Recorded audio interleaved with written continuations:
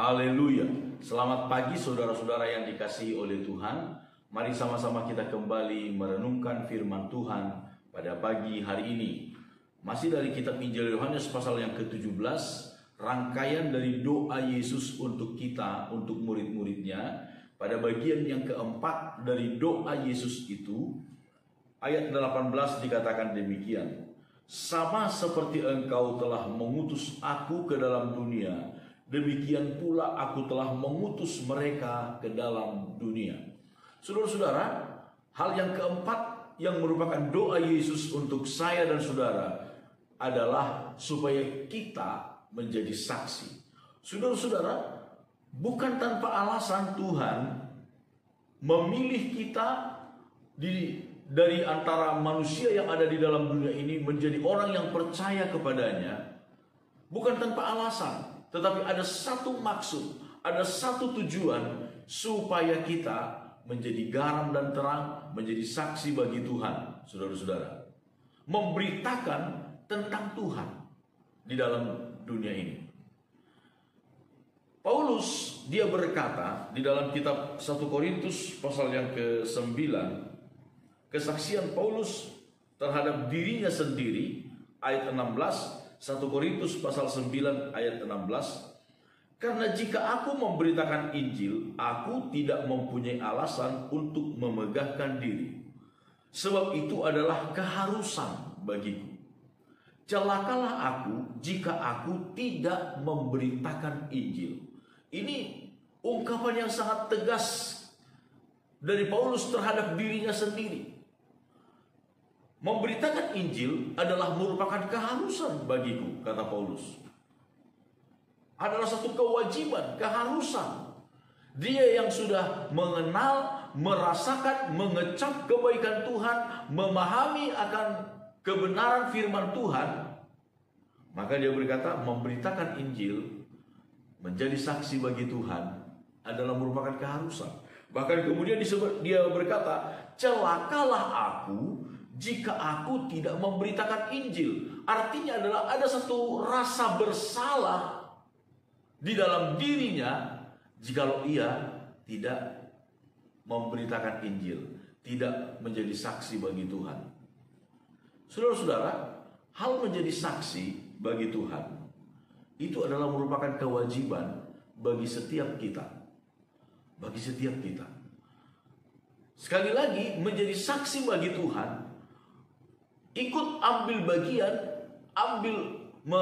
memberikan andil dalam pemberitaan Injil, bukan hanya melalui perkataan belaka, saudara-saudara.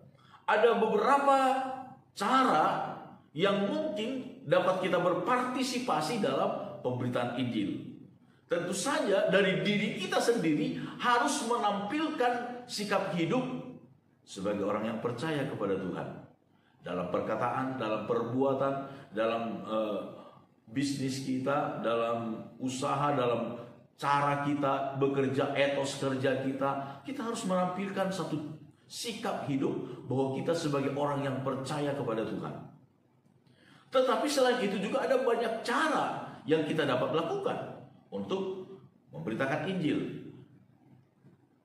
Hanya saja, apakah kita mau melakukannya atau tidak? Misalnya salah satu contoh, saudara-saudara, adalah apa yang pernah dilakukan oleh jemaat di Filipi bersama dengan Paulus. Paulus menyatakan kepada mereka bagaimana jemaat Filipi ambil bagian dalam pemberitaan Injil yang dilakukan oleh Paulus. Dalam kitab Filipi pasal 1, saudara-saudara, Filipi pasal 1 disebutkan ayat yang ke-5. Aku mengucap syukur kepada Allahku karena persekutuanmu dalam berita Injil mulai dari hari pertama sampai sekarang ini. Jemaat di Filipi memiliki persekutuan yang erat dengan Paulus dalam memberitakan Injil. Itu sebabnya, saudara-saudara, ketika kita memberitakan Injil, maka Allah pun akan meneguhkannya.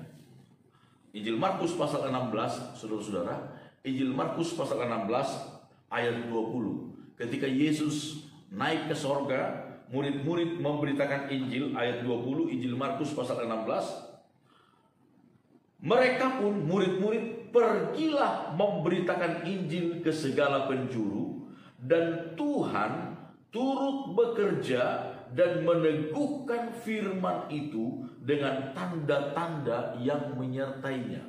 Saudara-saudara, pemberitaan Injil, kesuksesan, keberhasilan pemberitaan Injil bukan terletak pada fasih lidah kita, bukan terletak kepada kemampuan pengetahuan kita, bukan, tetapi adalah terletak kepada penyerahan diri kita kepada Tuhan, ketaatan diri kita kepada Tuhan yang mau memberitakan Injil. Firman Tuhan berkata, murid-murid ketika mereka mau melakukan firman Tuhan, doa Yesus supaya kita menjadi saksi, Alkitab berkata Tuhan turut bekerja meneguhkan berita Injil itu. Dengan apa? Dengan tanda-tanda yang ajaib, dengan perbuatan-perbuatan yang ajaib yang Tuhan lakukan. Bukan dengan kemampuan murid-murid semata-mata, tetapi roh Tuhan. Itulah yang meneguhkan, itulah yang menghidupkan, sehingga firman itu benar-benar nyata dalam kesaksian kita. Saudara, dalam perjanjian lama, Bapak Abraham, tokoh iman kita itu, saudara-saudara, adalah orang yang memberitakan Injil. Mari kita lihat di dalam kitab Kejadian pasal yang ke-17,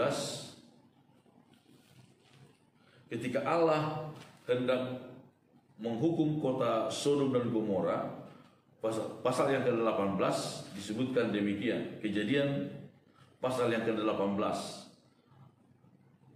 ayat 17. Berpikirlah Tuhan, apakah aku akan menyembunyikan kepada Abraham apa yang hendak kulakukan ini? Bukankah sesungguhnya Abraham akan menjadi bangsa yang besar serta berkuasa, dan oleh dia segala bangsa di atas bumi akan mendapat berkat. Sebab aku telah memilih dia supaya diperintahkannya kepada anak-anaknya dan kepada keturunannya, supaya tetap hidup menurut jalan yang ditunjukkan Tuhan dengan melakukan kebenaran dan keadilan, dan supaya Tuhan memenuhi kepada Abraham apa yang dijanjikannya kepadanya. Saudara-saudara, Tuhan memilih Abraham untuk menjadikannya menjadi berkat atas seluruh bumi. Bahkan kemudian disebutkan Tuhan memilih Abraham supaya diperintahkannya kepada keturunannya, kepada anak-anak cucunya, untuk hidup takut akan Tuhan, hidup menurut jalan yang ditunjukkan oleh Tuhan, melakukan keadilan, melakukan kebenaran di dalam dunia ini. Saudara-saudara, itulah kesaksian kita. Sebagaimana Abraham yang dipilih oleh Tuhan untuk menjadi berkat di tengah-tengah dunia ini, melakukan kebenaran, melakukan keadilan, memberikan kesaksian yang baik dalam hidupnya tentang Tuhan. Demikianlah pula hendaknya kita menjadi saksi bagi Tuhan. Kita diutus ke dalam dunia untuk menjadi berkat dimanapun kita berada. Amin. Tuhan memberkati kita semua.